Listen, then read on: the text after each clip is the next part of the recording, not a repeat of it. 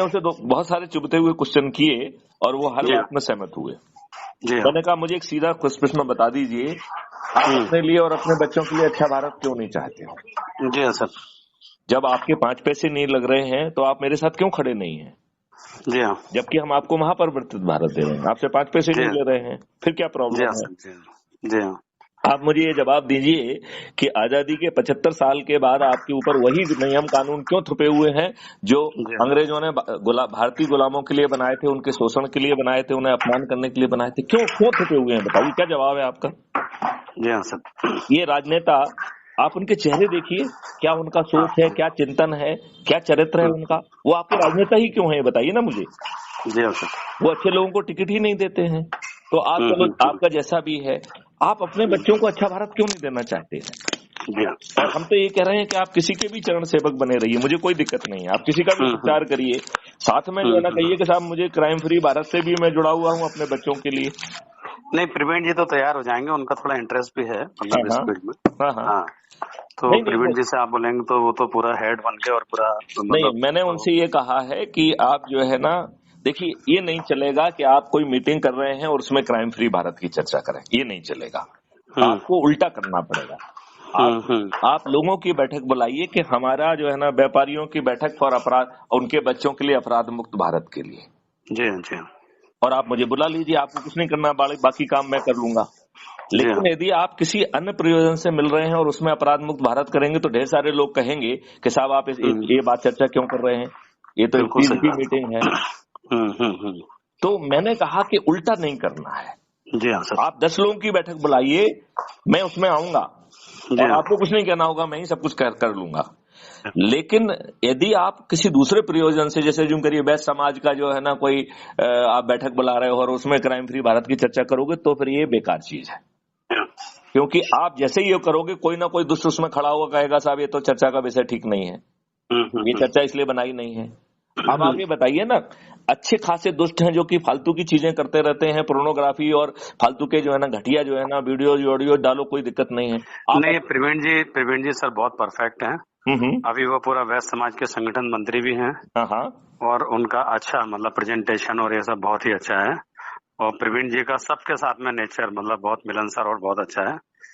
और मैं उनसे बात कर लेता हूँ, मेरे माइंड में भी प्रवीण जी थे।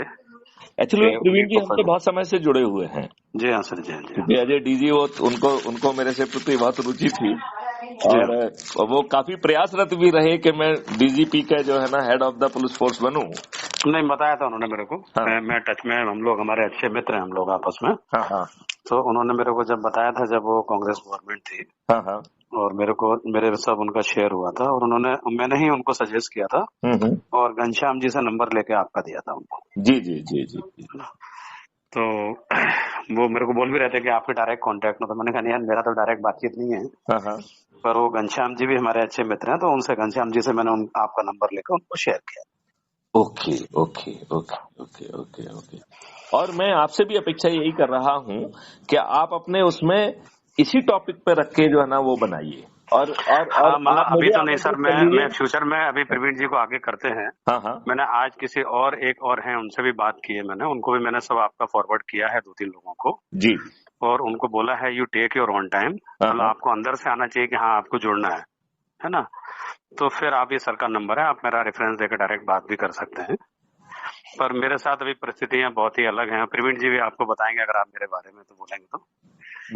देखो मैं एक चीज बताऊं राजीव जी। जी हाँ। देखो ईश्वर भी जो है ना टेस्टिंग करता है।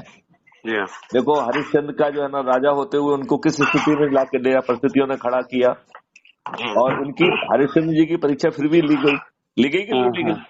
जी हाँ सर। जी। तो हर अच्छे व्यक्ति की परीक्षा होती है, हम और आपकी रोज परीक्षा होती है। ये प्रवीण जी बिल्कुल राइट चॉइस है सर।